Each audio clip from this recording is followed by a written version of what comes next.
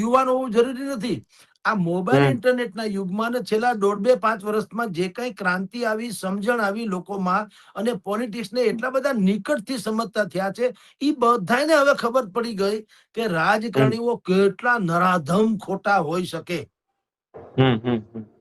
એટલે જે લોકો આવી અત્યારે જે આ બંનેની પ્રેસ કોન્ફરન્સની વાતથી આપણે શરૂ કરી, બે બોલે છે, ભલે એના વાજિબ કારણો હોય, પણ ભલા માણસ તમારે કોઠી ધોઈને કાદવ બહાર કાઢવાની જરૂર શું હતી? એનો અર્થ એમ છે કે એમાં ને એમાં જો બેયનું ક્યાંક સમાધાન થઈ ગયું હોત તો તમારે પ્રજાના હિતની તો માં જ મરી ગઈ.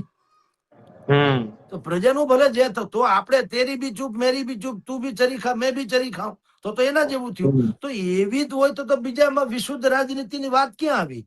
તો રાજકારણનો કઈ દુષ્કાળ નથી, આ તો સદકારણનો દુષ્કાળ છે. અત્યારે પ્રોબ્લેમ શું છે? સુરાજ્ય જોઈએ છે લોકોને. તમે મને છરીથી મારો કે ધારિયાથી મારો, લાકડીથી મારો કે ઝેરથી મારો, એમ મને વિકલ્પ પૂછો તો ભાઈ મરવું જ છે, તો પછી હવે બીજું શું ફેર પડે? તમે